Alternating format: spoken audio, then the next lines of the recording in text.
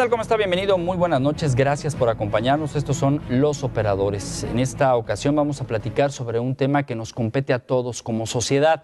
Pero en este programa de Los Operadores queremos que usted se vaya esta noche a dormir con la convicción de que mañana tiene que ser un despertar diferente para el estado de Jalisco y para el resto de la República Mexicana. Hoy vamos a hablar sobre lo que algunos solo tocan por encimita.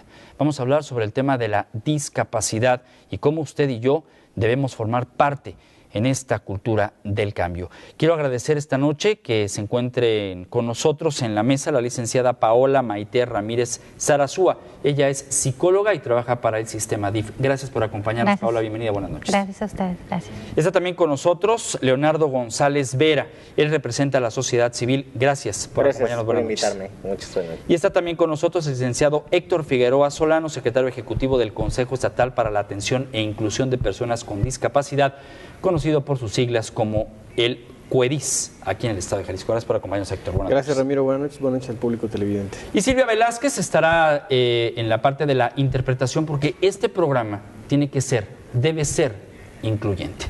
Gracias a todos por acompañarnos.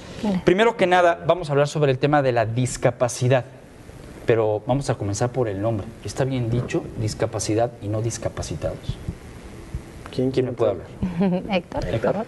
Bueno, pues ya fui el elegido. La verdad es que es un concepto que ha evolucionado a lo largo del tiempo. Si nos remontamos y muy rápido le damos una pasadita a la historia, desde Grecia, en el monte de Egeto, pues a las personas que teníamos discapacidad nos despeñaban y bueno, pues era muy complejo nacer en esa etapa.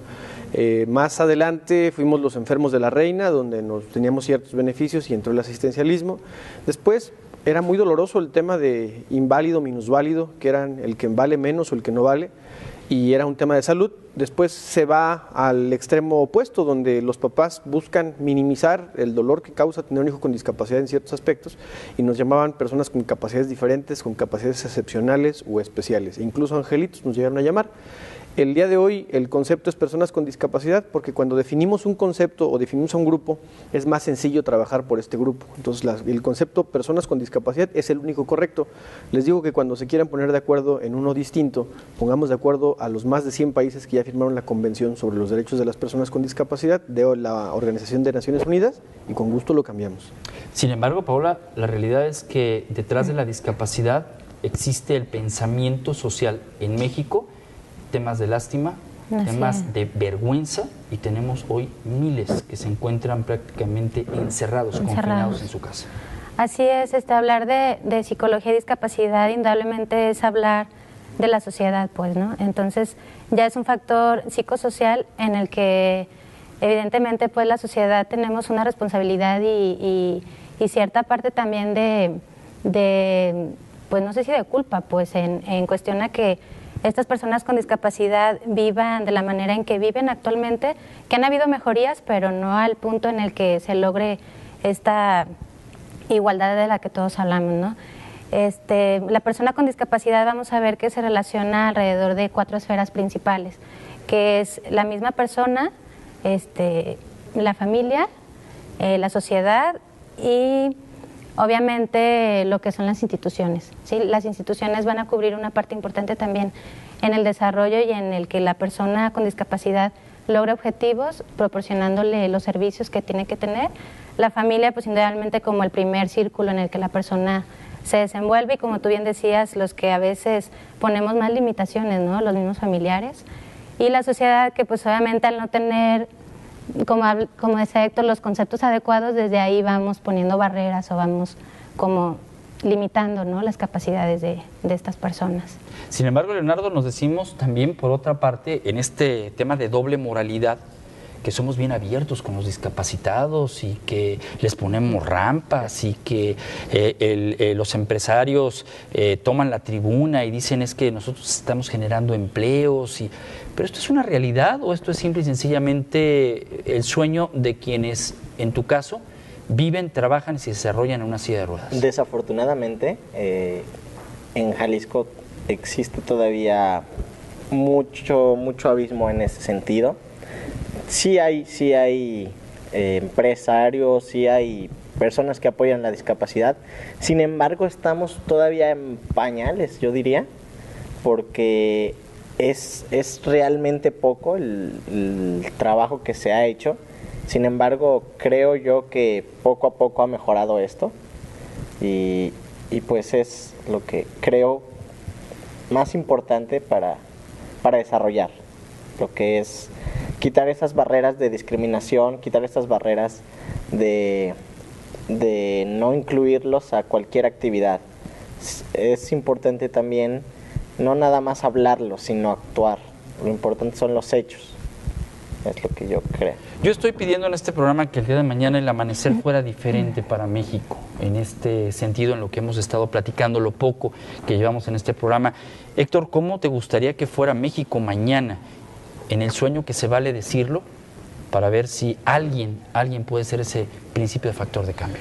Creo que lo que tendríamos que despertar es con una actitud de recepción. En ocasiones la discapacidad no es atendida o no es tomada de frente porque el tema de la recepción a lo distinto, y nótese lo distinto en cualquier característica que cualquier persona tiene por el hecho de ser único e irrepetible, eso nos daría una perspectiva de lo principal, ¿no? Nótese que también invitar a los papás a educar a sus hijos sobre el tema de la discapacidad. Y una anécdota bien sencilla es aquella en la que iba yo por la calle con un amigo mío ciego y de repente dice el niño: mira papá, ahí van dos ciegos, ¿no? Y el papá, pues en vez de explicar, sí hijo, ellos tienen discapacidad, tal situación, el papá pregunta sorprendido igual, ¿dónde? ¿No? O sea, es el tema del morbo. Entonces creo que yo invitaría a la sociedad a que despierten con una conciencia de aprender, de la capacidad de sorprenderse nuevamente y de quitarnos tabúes o factores sociales que nos han marcado durante los años sobre una cultura de la inclusión. A esto quisiera, Paola, preguntar, ¿quién entonces necesita terapia? ¿La sociedad o la persona con discapacidad? Pues todos en cuestión a Bueno, que la terapia. Sí, claro. Sí. No, en cuestión por ejemplo, en cuestión a la parte social, tendría que ser algo como lo que hace COEDIS, como lo que hace DIF Jalisco, como lo que hacen instituciones en cuestión a hacer difusión de la cultura de discapacidad, desde cómo te puedes dirigir con una persona con discapacidad visual, con una persona sorda. O sea, hay maneras más correctas como de poder incluirlos, ¿no? Entonces, al ver que también nosotros somos parte de todo, o sea, que todos somos, o sea, parte de una sociedad, ya desde ahí estamos quitando barreras, ¿no? Entonces, parte de lo que decía ahorita usted de los tabúes y todo esto, lo que decía Héctor de los angelitos, yo trabajo directamente con niños con síndrome de Down y me encuentro con que así conozco a alguien y le cuento a qué me dedico y ay, es que qué lindos son unos angelitos y qué tierno y que son bien lindos. Y sí es cierto, pero los ven como los niños eternos, ¿no? Los niños que no crecen. Incluso así de que es que vi un niño con sus lentes y su cachucha muy guapo ahí en el súper. Ah, sí, ¿cuántos años tenía? No, pues como de unos 30. Sin que entonces no era un niño, era un adulto, ¿no? Sí, pero ya ves que todos parecen niños. Entonces hay que ver de esa parte que no son seres asexuados, que también son personas que obviamente hormonalmente y en cuestión fisiológica evolucionan igual que todos nosotros, aunque cada uno obviamente tenga su desarrollo individual como todos también, ¿no? Entonces, desde la sociedad, el trabajo yo creo que es como de una forma más de comunicación, más mediático en ese sentido para que sea como más masivo y en cortito con la familia, como decía Héctor, o sea, desde con tu hijo, desde que si ya escuchaste tú un concepto correcto, un término correcto, compartirlo con a lo mejor en tu casa, en tu trabajo, o sea, ir contagiando esta parte de la cultura para que, pues obviamente llegue más lejos, ¿no? ¿Cómo ha sido el respeto que han tenido para ustedes la sociedad? La sociedad, yo desde que estoy más niño, creo que ha sido muy complicado porque no existe esa real cultura hacia la discapacidad. Creo que, como dice aquí la licenciada, se ve como si fuera asistencialismo, de que los angelitos, mira el enfermito, mira, pues sí, a este muchachito, ¿no? Pero sin embargo creo que la discapacidad, tener una discapacidad no exime de tener alguna meta en la vida, pero desafortunadamente la cultura todavía no nos lo permite, las personas con discapacidad, demostrar de lo que somos capaces y de lo que realmente somos como personas, no como una discapacidad. Héctor, has tenido la oportunidad de trabajar en 2 administraciones, en la anterior y en lo que va de esta. ¿El COEDIS nace por una real necesidad o simple y sencillamente, y lo voy a preguntar de manera directa, porque así es la base de los gobiernos, que tienen que tener un departamento de esto para atender las necesidades con personas con discapacidad? En Jalisco ni siquiera por esa base. El Jalisco nace por el empuje de la sociedad. La sociedad es quien demanda esta necesidad y nace el COEDIS al final de la administración como un consejo que inicia trabajos hacia las personas con discapacidad. Y en esta administración el consejo se toma distinto, se toma con una base de políticas públicas rectoras en materia del tema, y justos son, ahorita que platicabas tú o preguntabas lo de el cómo naceríamos mañana de una forma ideal. El COEDIS está trabajando para que ese sueño sí se construya. ¿Cómo? Buscando que de ciertas formas, con leyes, con reformas, con lo que haya que hacer dentro del Ejecutivo, con el Legislativo y el Judicial, garanticemos un mejor desplazamiento de personas con discapacidad. ¿Qué vamos a buscar? Eliminar que la gente, en un caso concreto, compre calcomanías de 5 pesos, se las pegue a sus automóviles y se pretende estacionar en estacionamientos para personas con discapacidad. Creen que es porque nos conviene o porque es más cómodo. Sin embargo, a mi amigo Leonardo, si trae una camioneta o un coche donde él maneje su coche o incluso venga como copiloto, no le sirve quedarse junto a cualquier otro automóvil de cualquier marca, porque se medio abre la puerta y no puede él contar con el espacio suficiente para bajarse a su silla de ruedas. Entonces no es un capricho, eso es algo que la sociedad a veces no entiende y a veces pretenden usar los cajones sin necesitarlos. No, y era lo que platicaba yo con la psicóloga, ¿no? O sea, todos tendríamos que tener terapia como para poderlos poner en el lugar de, Así es. ¿no? Y hablando de esto, después de la pausa vamos a hablar acerca de un proyecto que ya está en puerta para intervenir algunos puntos de la zona metropolitana de Guadalajara. ¿Qué es intervenir? Todos sabemos que existen rampas en las esquinas y lo sabemos.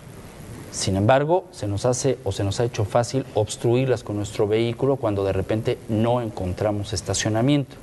Total, decimos cuál es la probabilidad de que alguien con silla de ruedas vaya a pasar en el momento en el que yo esté estacionado. Pero se la pongo diferente, no solamente es el tema de las sillas de ruedas, son personas con muletas, personas que necesitan la asistencia de un bastón y se nos hace fácil subirnos a las cocheras y estorbar, no la calle, no, la banqueta. Entonces estas personas con discapacidad o debilidad visual o que necesitan de un bastón o de un otro aparato para moverse, no encuentran la forma de cruzar o incluso de bajar a la calle, donde también estarían expuestos pues a ser atropellados. La pausa y volvemos para que usted y yo formemos parte de el sueño que el día de mañana pudiera estar en favor de todos como sociedad. Regresamos a esto que son los operadores.